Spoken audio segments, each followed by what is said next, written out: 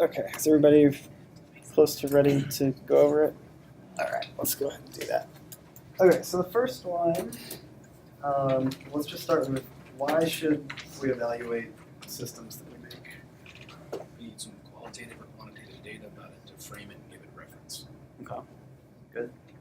To evaluate user experience. Make sure the system is working as intended. Yeah, make sure it actually does something. Yeah. Other thoughts? So mostly because we want to know, is it doing what it's supposed to do, and are users, how are they experiencing it? What's the actual experience like for a user? When should an evaluation occur? Yeah, so there's really no wrong answer here. You evaluate, you can do it like really early on when you're thinking of just ideas and concepts for a product or a system, or you can also do it, once you've got a fully developed product and you want to know how you can make it better or how it's being used. Okay, so let's go through these next few. Then we'll do the data type and the measure type for each one. So the first one, the example says, after using FreshRoute, a wireless router that is also a cloud-connected air freshener, users are asked to indicate how enjoyable their experience was on a scale of 1 to 10. So what type of data is that? So quantitative. It's because it's a numeric scale. And what type of measure? Right. So it's just something we're just asking the user directly, so they could totally lie to us, and we should remember that. Okay, the next one. Users of Screenshot Roulette. It's an app that randomly captures screenshots and exchanges them with other users, are interviewed about their experiences with the app. So what kind of data is that? Qualitative. So most likely they will use words to describe their experience and not just give us some numeric rating. What type of measure? Also a self-report, because we're just asking the user. Okay. Third one, a social media platform measures the number of times a user visits the profile of a previous romantic partner. Quantitative, counting the number of times. And the type of measure? Right, behavioral. So in this case, the user may not even know that we're measuring this about them. All right, and the last one, the heart rates of passengers on a flight testing robotic flight attendants are recorded. Quantitative, yeah. And the type of measure? Right, so. My idea for that is just an industrial robot arm mounted in the center, like to the ceiling of the aisle, and it just goes up and down and can hand things to people. I don't know. I think it's still too expensive for airlines to invest. But so go ahead and add that up, and then pass them all that way. On question 2, each one is 1 point. Each blank or each? Each blank. I think it's so a total of 10 points. Yeah.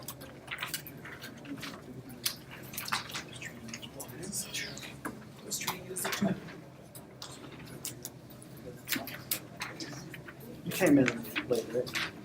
Go ahead and fill that up and turn it back to me before you classify.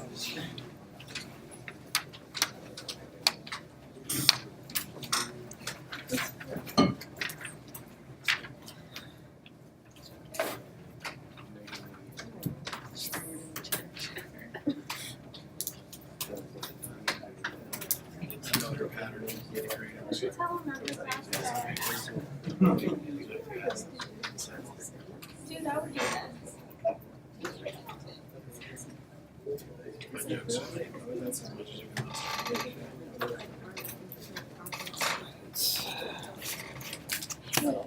Did you do it directly into the last study?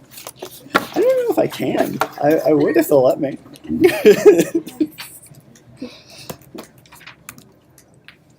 Okay, so looking at our plan for the rest of the semester. We are here right now. We just did quiz 7. Quiz 6 was due yesterday, which was going to tell us about these things. So I read over everybody's responses, but I read them like, I don't know, right after they were due. And I know that like there are 5 or 6 people that didn't have it turned in yet, and I think that most people have turned it in now, so I have to read the rest of them. But I will tell you, in general, we will look at how AI and machine learning influence HCI. That was a big request. We will look at ethical aspects of HCI.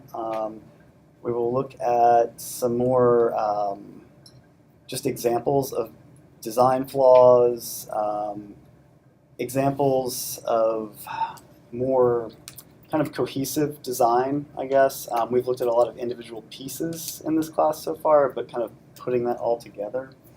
I think a few people wanted to look at like what kind of careers can you get in HCI, if you wanted to go to grad school, what is that like for HCI stuff. So we'll try to cover all of that. And then also robots are already on the schedule, but we'll cover robot stuff. And there may be a couple of other things I'm forgetting. I think AR and VR. We'll do a little more AR and VR stuff. So good mix of things to look at, a lot of really interesting things. But today we will talk about user studies, so designing and conducting user studies. Yes? If exam 3 is a take-home exam, what does that week get filled with? Well, yeah, that's a good question. So I want to get you your exam 2 scores back before we vote on that being a take-home. I think you'll all be happy, but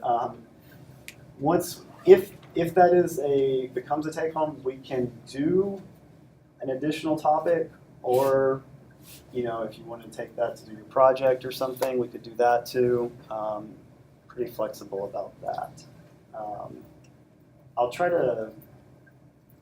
I should get your scores back this week, and then we can put up a poll and make sure that everybody wants to do that.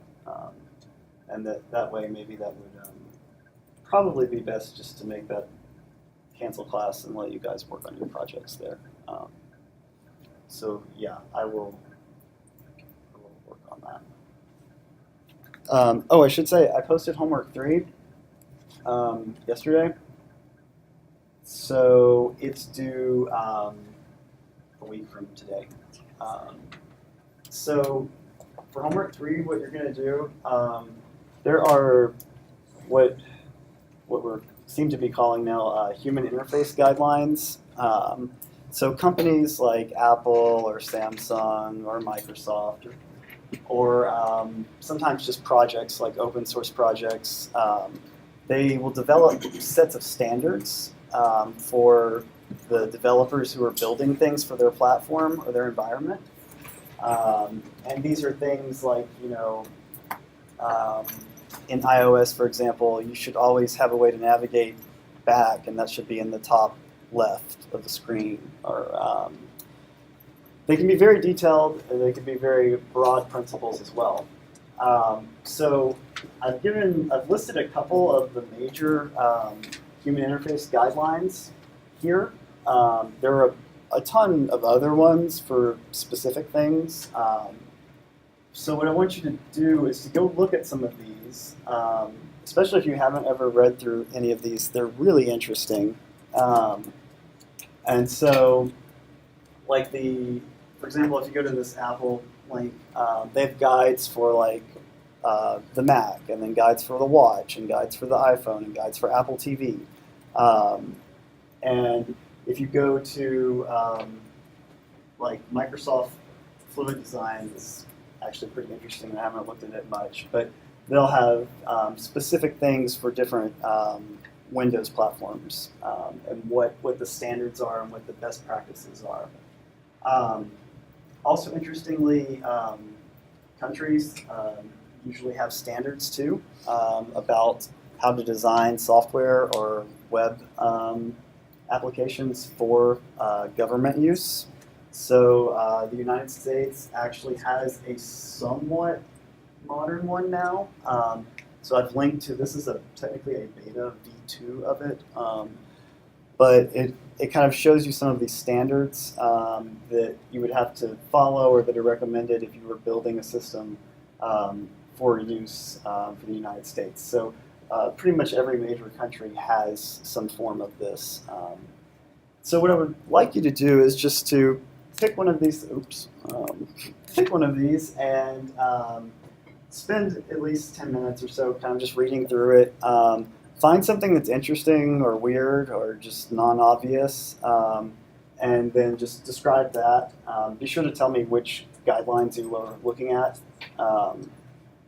They're all full of interesting things, so I think you'll enjoy this. And certainly feel free to tell me about more than one thing if you'd like, but the assignment is just to pick one thing and report on that. Has anybody ever looked at any of these guidelines? Or? The Google ones, Yeah, it's like material design kind of, yeah. yeah. Yeah, it is. Yeah, so a lot of these are made by people that their full-time job is to make sure things are standardized and that they have ways of doing everything you need to do on their platform. So really helpful. Okay, so last time we talked about just kind of an intro to HCI research and studies. We talked about why we should evaluate systems, which we also just went over on the quiz, basically to help us see things that we've missed, to help us make the experience better, to get an idea of what users are encountering and what we can do to improve that. What we should evaluate, we talked about how we can evaluate either like very broad things, like a system as a whole, or we can evaluate very specific features. And it depends on what we're interested in doing. Are we interested in changing a user behavior? Are we interested in optimizing something, making engagement times longer, or making task completion faster? That all affects what we would be evaluating. We also talked a little bit about where we would do evaluations. So in the academic world, we do a lot of lab research, a lot of controlled experiments. They usually focus on very specific things, and they're in a highly controlled environment, and we try to control all the other factors. You can also do evaluations or studies out in natural settings. So wherever your system or application is being used, you can go out and watch it be used, or you can embed code or something in it that tracks how it's being used while it's going on, kind of just in the background. And then we talked about when we should evaluate, which is obviously whenever you need to get feedback or to help guide your decision process as you're developing an app. And then the how of doing that, we talked about quite a few different methods. So everything from just passively observing what users doing, where they may not necessarily realize that you're observing their behavior, to things where we get people together in a focus group and we have a group discussion about features and the performance of an app or a system, to things where we're out in the field, actually, looking at the system in use. And then finally, controlled studies or controlled experiments where we can actually examine really specific elements of a system. So today we're going to talk about designing and conducting user studies. So we were, last time we had this where we're looking at just this general thing. So this time we'll talk about designing studies, and then next time we'll talk about analyzing the data that we get from those studies. So to start off with, the first thing we really need to consider is that there's an idea kind of a distinction between a usability evaluation and a user study. And so a usability evaluation is kind of what we talked about being maybe more common in industry. It's usually something that can be done quickly. It's something that's very direct with the people developing it. It doesn't necessarily have to be rigorous. You don't have to have 300 people do this exact same thing and measure it precisely. You can get 10 people and get a feel for if this feature is working or not. You can ask simple questions like, can the user do this with my system? yes or no, or how long does it take them to do this. User studies are typically involve a comparison of two or more alternatives. So let's look at these side by side.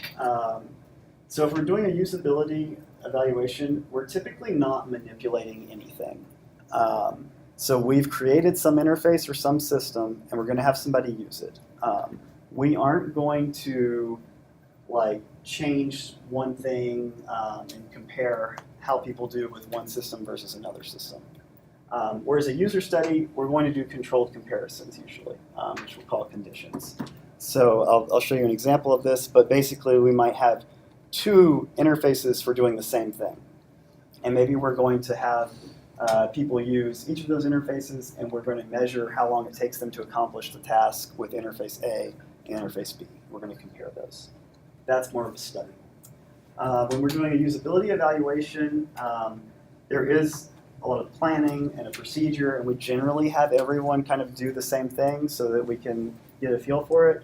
But it's not a strict experimental design. So if it's a user study, experimental design is to be very rigorous. Every participant has to do the same exact thing. We can't change it in the middle of running our study. And we have to make sure that there's no external factor or external factors that are confounding the results. For usability evaluations, typically this is directly informing whoever's designing the system. So the results go straight to them. In a lot of cases, this can be kind of exploratory in terms of you just want to get a feel for how somebody who's not on the design team interacts with this thing that you've made. And so just watching a few people interact with it can give you a tremendous amount of insight. And that may not be quantitative data, it may just be something qualitative. You may just notice that people are all kind of clicking over here for some reason, and you would have never expected that. So when we do user studies, these are usually more broad findings because they're usually run in an academic world where we're focused on some specific thing. We want to study something that will apply more broadly.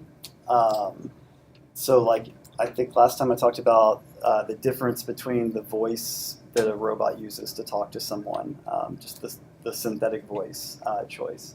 So our finding there, we would think, even though like we're using it specifically to talk to children about bullying with a robot that is a humanoid, the idea would be that if there is a finding there, that may apply not just to children.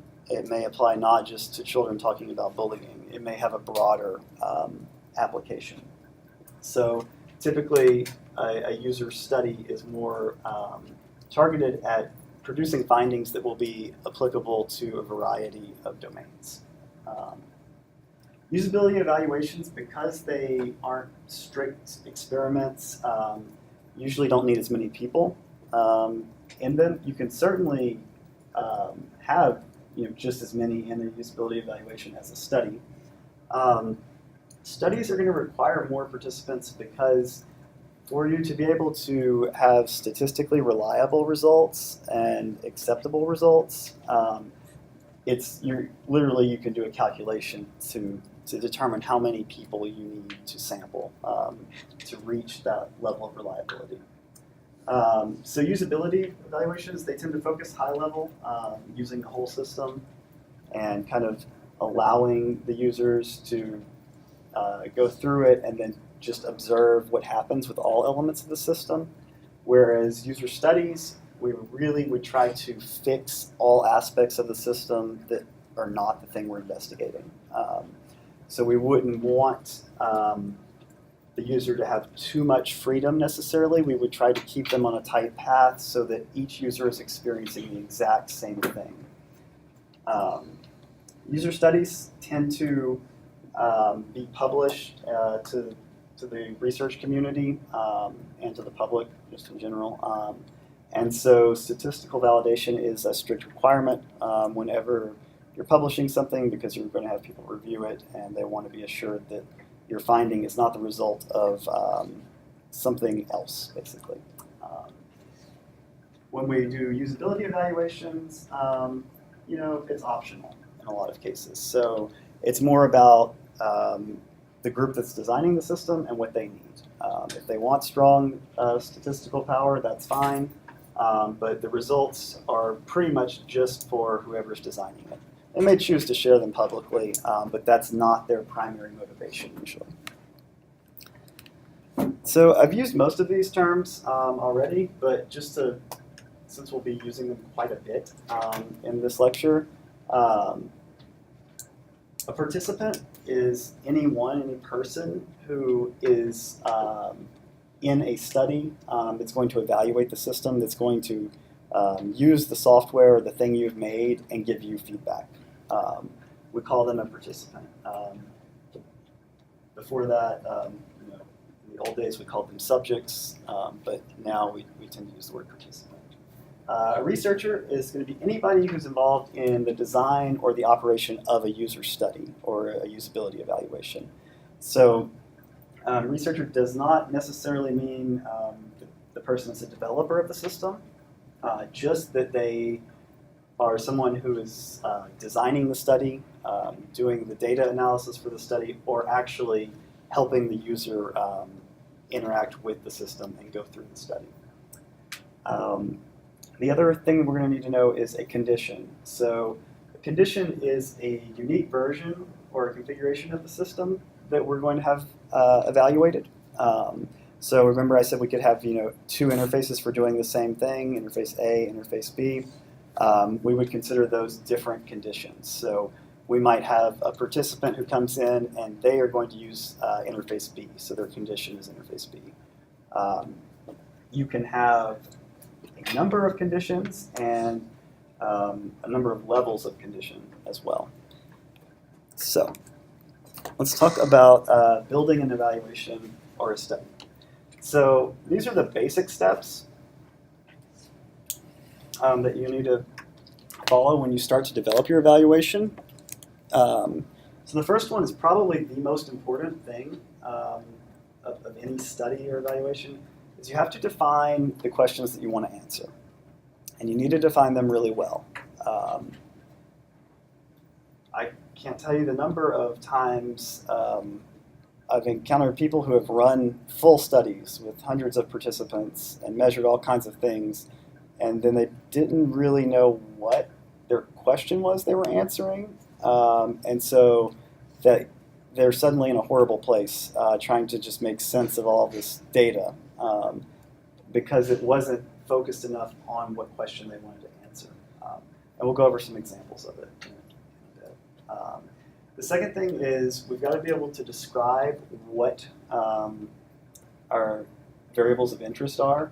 So, are we concerned with simply can the user accomplish a task, a yes, no?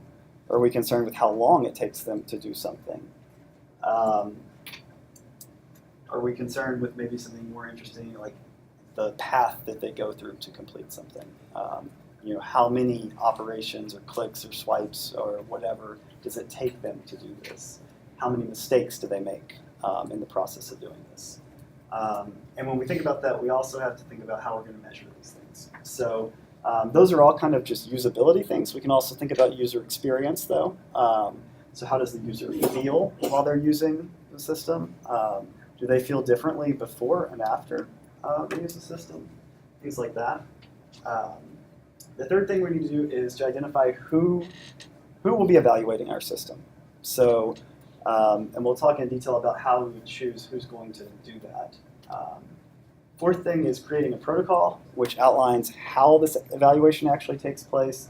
And the fifth thing is obtaining any kind of necessary ethical approvals or logistical approvals. So first, we've got to define the question that we're going to answer. If it's a usability study, usually we want to know if the thing we made is usable or not. But we have to define what usable is. And we need to be as specific as possible. So in the case of like the FedEx Dropbox diagnostics, we could say, is the user able to tell us what the battery level is on a Dropbox located in this area? That's pretty specific. And if they are, we consider it usable. If they can't tell us that, then we've missed the usability metric. If we're conducting an experiment, we have to work on defining the actual construct that we're examining. So experiments tend to be a little more nuanced and complicated in comparison to just usability evaluations. And really, experiments take quite a bit of time to develop before you ever run them, because you have to look for things that confound or interfere with the thing that you're trying to isolate and measure.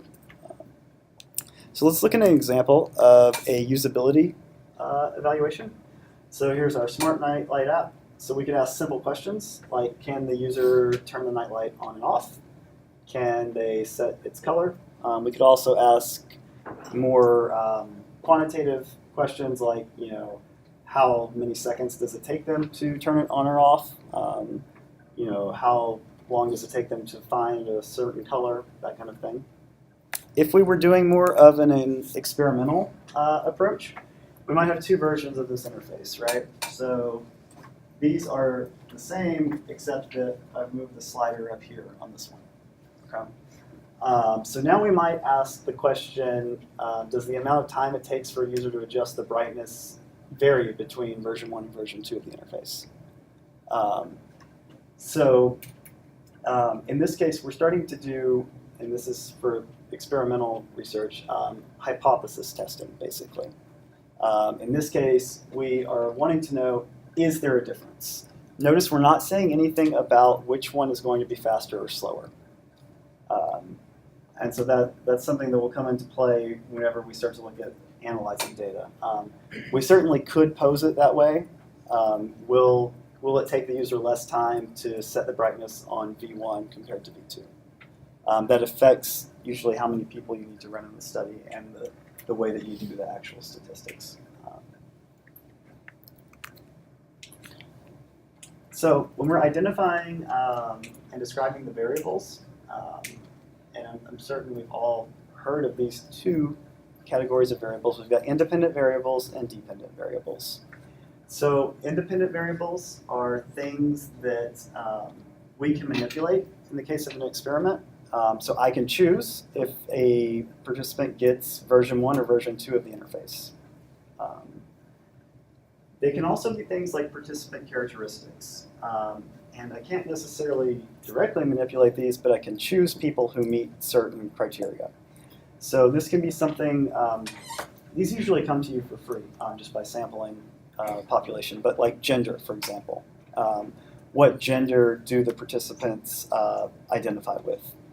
And it may be the case that we find people who identify with the gender of male have some different outcome than those who identify as female. Sometimes that's the case. One that's interesting that we see a lot, you can ask things not just characteristics like gender, but things like past experiences. So when we do studies with robots, we always ask people about their experience with video games. How much time do they spend playing video games?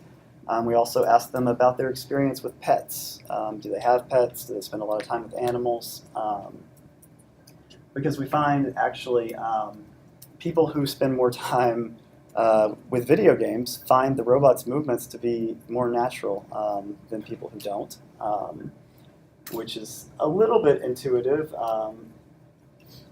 But we also find people with pets or lots of experience with animals are a little bit more receptive to the robots across a number of dimensions. And I'm simplifying a lot there, but those are factors that are kind of interesting and important when you're designing something. So you've got to think about those things. Another one that's pretty big, so like when we were designing Therabot, the therapy robotic dog, the design survey, we conducted a big online survey with thousands of people. And it actually depended on culture a lot as to what people would prefer. Because we were actually looking at what kind of animal should this be. Should it be a dog or a cat or some weird animal that no one really can decide what it is. And so it was really important, the culture that people grew up in and seeing what their preferences were there. So those are independent variables. Those are things that we can either change by putting people in different conditions or that people come with as a result of who they are. Dependent variables are the opposite of that. These are the things that we're actually measuring in the study that we're conducting. So we don't have control over these. These are going to be the actual responses or the performance of the participant. So these would be things like, what was their response to how they felt about this interface, or how much time did it actually take them to do something. So this is the kind of data that we collect. So obviously you will collect your independent and dependent variables. So it's important to decide early on what kind of independent variables you want to collect aside from the condition that the participant's in. So usually that's in demographics. We'll ask people, their age, usually try to get an idea of their cultural background, maybe what gender they identify with, things like video game use, and there can be a variety of them. A lot of times you'll find if you're doing a study where it involves either social interaction, like a lot of psychology studies, or in our case we do a lot of social robotics, you'll get questions about your personality. And so that's just trying to characterize some of the traits that are pretty common that affect the way people interact with systems socially. And of course we can also collect just any opinions or attitudes or comments that people have about the system. So actually measuring these things, we shouldn't just dream up our own questions if we can help it. It's tempting to do that, but there have been a lot of studies conducted over many, many years, and they're published. And one of the things that's really nice about the scientific community is that we tend to try to use the same thing over and over to make sure it's a valid way of measuring something. So we've got an example here. We'll look at it in a second. This is a really basic one. It's the system usability scale that can just be applied to a lot of basic interfaces or system design. But there are very specific questionnaires for all kinds of things that you might want to measure. So I think some of the common ones, like I've done studies of actually like people's internal motivation and what might be called hope, basically. There are actually very specific surveys that measure things like willpower and resilience and optimism. And the nice thing about these is that they've been used, they've been run on thousands of people, and we have an idea of what the results should look like and what they mean. In some cases, these you won't find the questionnaires you need exactly, and in that case, that's when you start to develop your own. If you're running a really controlled study, though, and you're planning to publish this in the academic world, you're going to have to proceed with a lot of caution here, and you may actually spend some time just developing a survey and validating it to make sure it's reliable. So that's surveys. Those are self-report. People usually fill them out either by clicking on the computer or on a piece of paper, or if like we talked about kids, like you can verbally ask them these things. The other way of measuring things, we have behavior observation techniques. So this is basically just timing things, counting things, heat maps. If we're looking at an interface, if someone's got like a mouse or a cursor or something, we can actually kind of look at where they had that pointed throughout time while they're interacting. And then we move on to like specialized equipment, like measuring heart rate, skin response, seeing where people are, what they're looking at, how they're moving, what their body posture is, things like that. So here's an example of the system usability scale. So this is usually done on like a 1 to 5 scale, I think. Let's see what it say. Yeah, so it's usually a scale that's strongly agree to strongly disagree. And so and these are just some really basic items, you know, like I found the system to be complex, or it was easy to use, you know, I would need help using the system. And usually you would just give this to someone after they've interacted with whatever it is you've developed. This is one of the most just broad surveys that's out there. As you start to develop your usability study for your FedEx projects, I'd encourage you to look around, just Google or search, different questionnaires that are used commonly, and you'll find a variety of things and kind of see what makes the most sense for you. Let's see. So some common behavioral measures that are used just in HCI in general, just for software.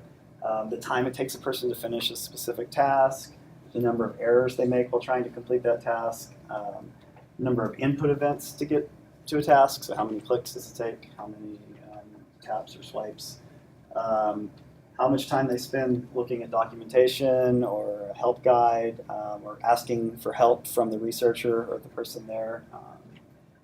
And a lot of times, if we've developed something that has shortcuts or gestures or keyboard commands, you may want to look specifically at if this is being used at all. How frequently is it being used? Is it being used by some specific subset of users? So that's when it's helpful to maybe know if someone is, has been using computers their whole life or not, if it's relatively new. I know that seems crazy to think that somebody might not have much experience with using a computer or a smartphone or something, but it's still the case for some people that will use the systems you develop. And so you'll see a big difference there. So to show you, I just looked real quick to see, like this is a heat map. And this is one this is just a JavaScript library that's free to use. And basically it records where the mouse is to see what people are clicking on the website. It's actually real fun because as soon as you go on the website, it starts showing you your own heat map. So there are a variety of these out there. There are a lot of free ones, a lot of not free ones.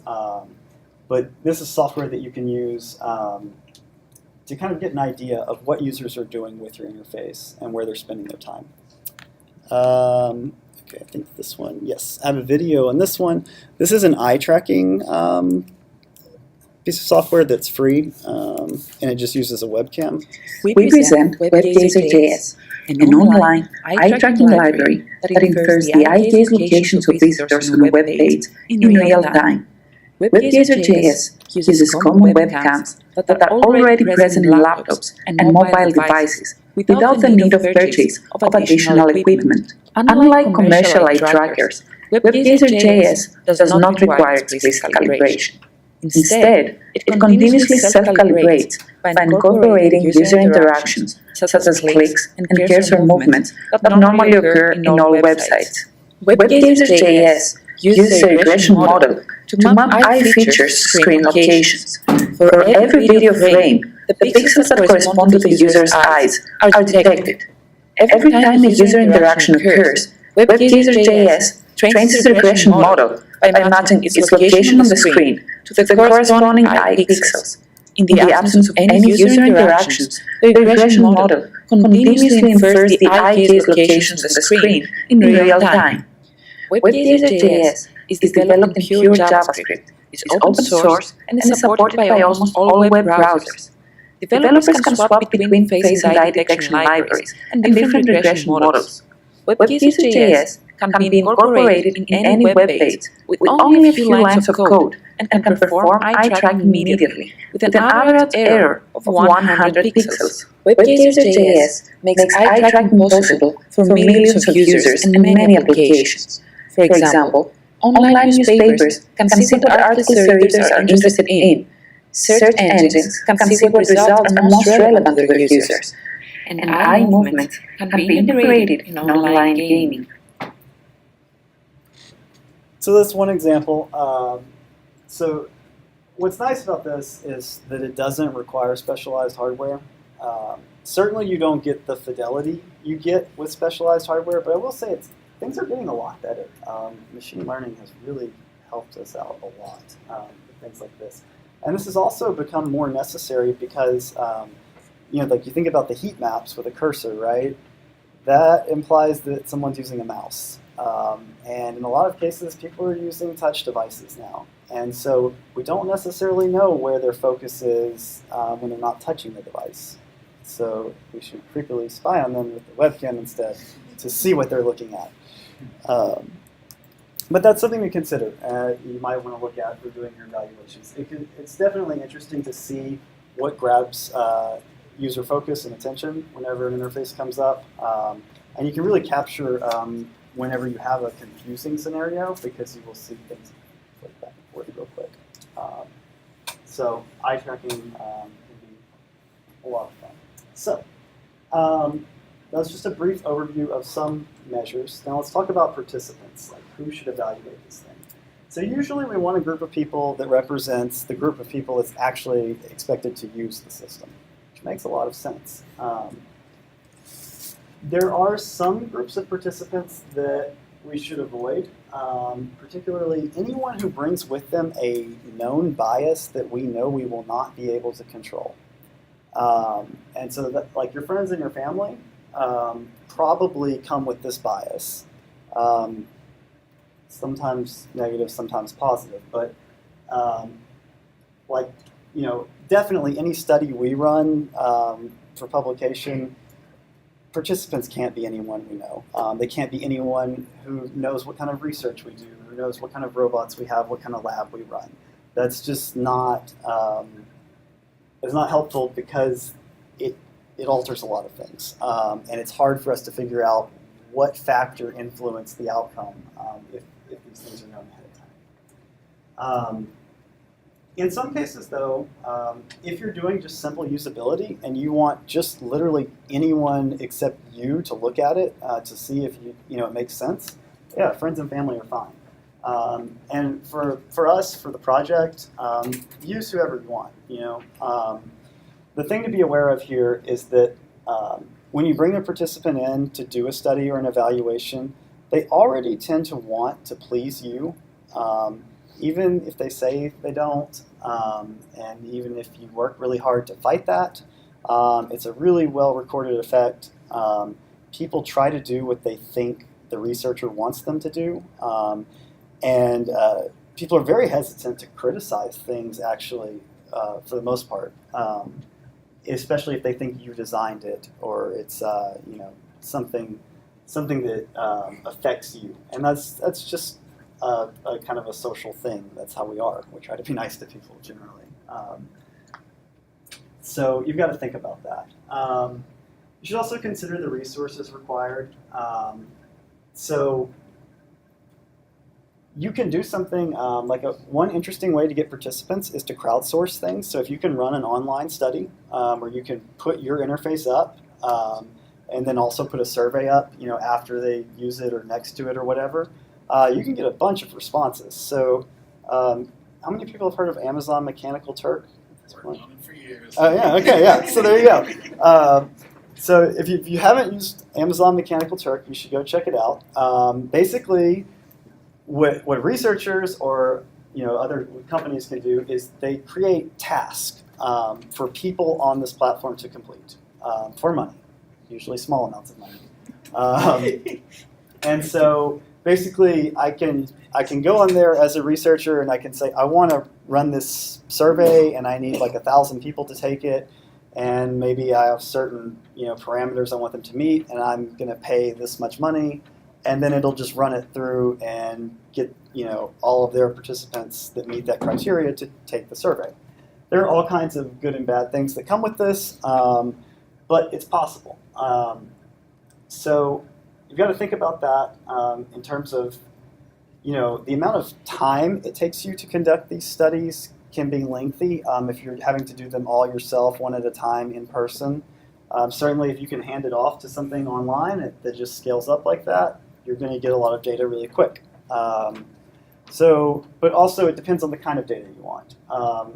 So we've used Mechanical Turk for some basic robotics stuff. I used it once when I was doing a sketch recognition program just to get a wide sample of how people might go about drawing a certain shape. It's really useful for things like that. The other thing that you have to really think about when you're identifying participants is any ethical concerns that might exist. This will not really affect us so much for your projects or anything, but if you are going to run studies that involve humans, just in general, ethics, it's a big issue. So we have, if you're running a study at the university, we have the Institutional Review Board, which is a panel of people that have to thoroughly review your study and what you plan to do and approve that. And then you have to report in on that. You have to tell them what's going on.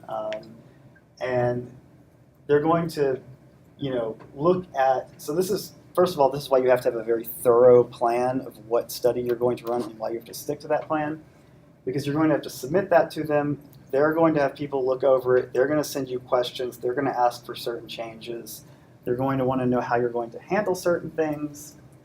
And this gets more and more involved depending on what you're doing. So we have what are called protected populations.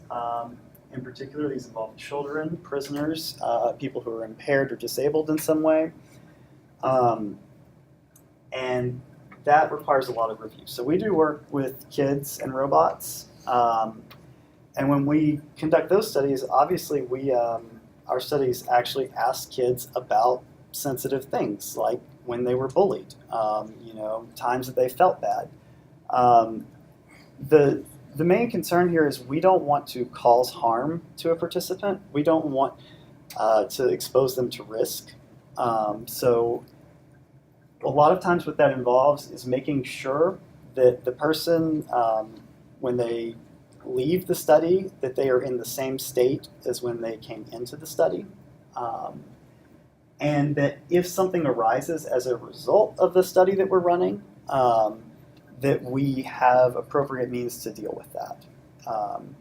And you wouldn't think this would come up so much talking about interfaces and robots, but it does. Particularly in our lab, we do a lot of things that have to do with people's psychological well-being and their kind of just social aspects. So a big thing for us, for example, is we do studies where we ask people questions to get an idea of if they're what clinical psychologists would consider depressed or going through a depressed mood. So we actually have to make sure that we have procedures in place if somebody tells us that they feel like killing themselves or that they may want to talk to somebody to get help. And all of that has to be very tightly adhered to. If anything happens, so I should tell you, like if you're ever doing studies with children or something, you don't want the kids to cry. As soon as you see tears, there's paperwork and everything stops. And so this is for the best though, because I can tell you probably they've run like 500 kids or something by now in studies. And I've probably had 3 or 4 of them have incidents where they cry or become upset during the study. And usually what happens is, we have measures to kind of comfort them and bring them back to a state where they're okay. But then we shut down the study. We have to go back to IRB. We have to tell them what happened. And then we have to come up with changes to the study to prevent it from happening in the future.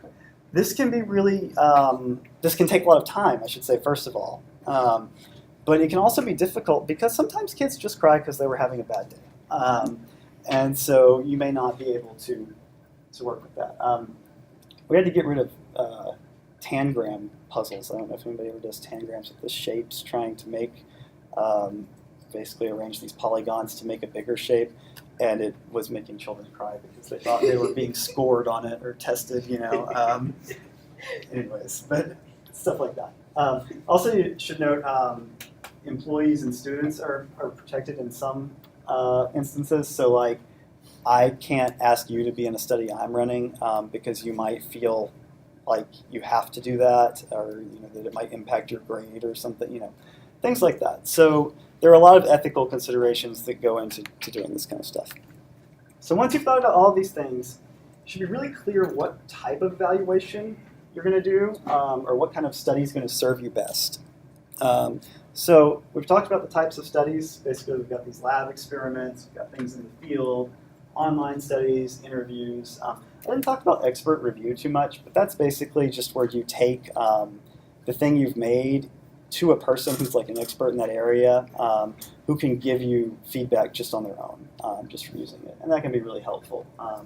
So I spent a lot of time doing things with search and rescue workers in my undergraduate research, and so we spent a lot of time with those responders getting their expert opinion on how they would use something. So let's talk about experimental design types real quick. So these are the two, you should know these two. We have what's called between subjects and within subjects. These are two types of experimental design.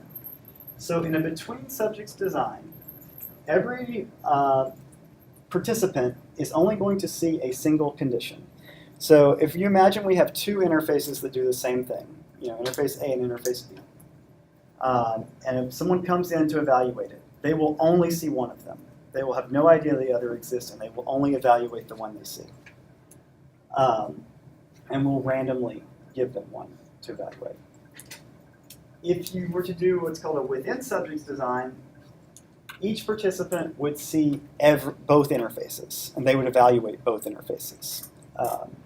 And so they're going to see all of the conditions. And what we would do is we would change the order of the conditions. So one person might see interface A first and then B, and then another person might see B first and then A. That's going to help us balance out some things. So just to see that visually, imagine we're comparing two interfaces. In a between subjects design, and I've just made them red and blue so it's easier to tell them apart, you might have participant 1 seeing the blue one, participant 2 seeing the blue one, 3 red, 4 red. Whereas within subjects, you might have participant 1 see blue and then red, participant 2 red and then blue, that kind of thing. There are some trade-offs here. So within subjects design, obviously the participant is going to know about the differences because they're going to see both of them. And they're going to see them in some order. There's no way to make them, not have an order. And so you've got to think about that. Typically within subjects design, you need less people to do this because they are going to, at the very least, give a preference when they compare these. Now that doesn't, that's not necessarily a good thing. Because it may just be the preference for the sake of a preference. A between subjects design requires a lot more people, but it is definitely, if you find a difference in a between subjects, it's a much more powerful result, usually, that holds. And that's simply because there are no confounding factors where they're comparing these things. But it takes a lot more people.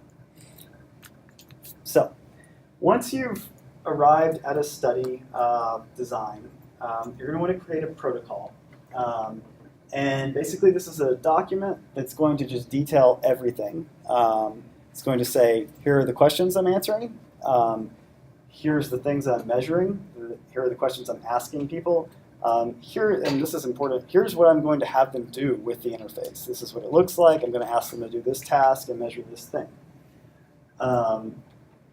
And you're going to explain also the logistics of things, like we're going to do this, in this random room in the library, or in this common area, or in this lab, or online, or whatever the case might be. Now, when we're doing just a usability evaluation, these don't have to be extremely thorough to the level that they have to be when you're actually running an experiment that has IRB approval. But they need to be detailed enough that someone can conduct your experiment or your study from reading this document. For experiments specifically that we're publishing, it needs to be the case that we can give this to someone at a different university, in a different place, and they can run the same exact study and measure the same things and hopefully get the same result. So that's just important for science in general, that we're able to replicate our findings. So approvals and logistics. Anything we conduct at the university does require ethical oversight from IRB. So if you're going to do that, you do have to be certified to run a study. So you have to take a course, you have to do some, take some tests, you have to keep that certification up to date. Learn about all of the ethical mistakes that people in the past have made that we promise not to do again. And then you have to actively submit your protocols, have them reviewed and approved by IRB, and you have to submit status updates, and if anything goes wrong in your study, you have to submit those events and communicate about that. So it can be very involved. So things that really matter quite a bit, the risk to your participants. So this can be risk, so like for robots, physical harm is a real risk when we have a robot moving around.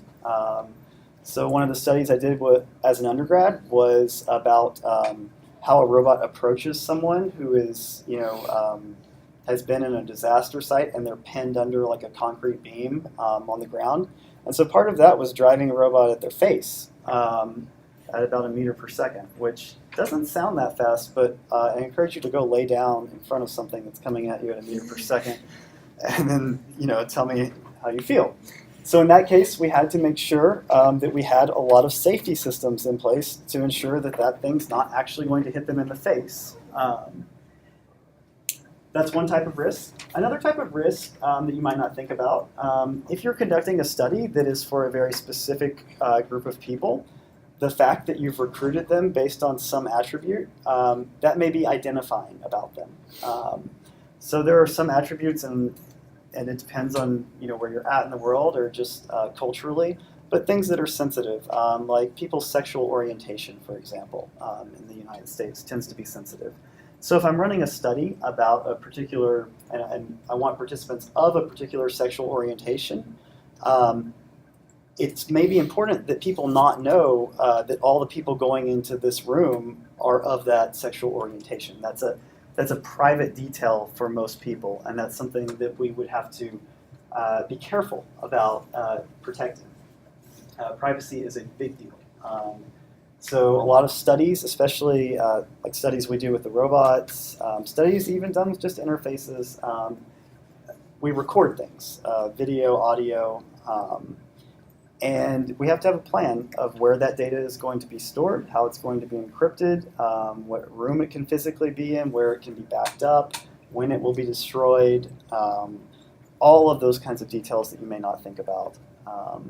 And certainly we care a lot about identifiable information. So it would be great if we could totally remove someone's identity from the data they give us, but it's just not possible in most cases. In most cases, there's enough rich data that you could link it back to a person. And so that's a huge part of approval and logistics in terms of running these studies. So, kind of the takeaways from today. So the most important thing is that you really define what you're going to evaluate. You've got to decide how you're going to measure it. You've got to have a plan that you're going to stick to. And you really want to make sure that the data you're collecting answers the questions that you're asking. And the last thing, and this is what we'll talk about on Tuesday, you need to have your analysis plan in place before you ever run the study. You need to know exactly when I get these numbers from this survey, they're going to go through this formula and tell me this. And if you don't do that, you can end up in a lot of trouble because you may not have the things you need to actually answer the question that you were asking. So that's all I have for you today. Next Tuesday, we will look at analyzing data, and we will take a quiz on what we did today. See you then.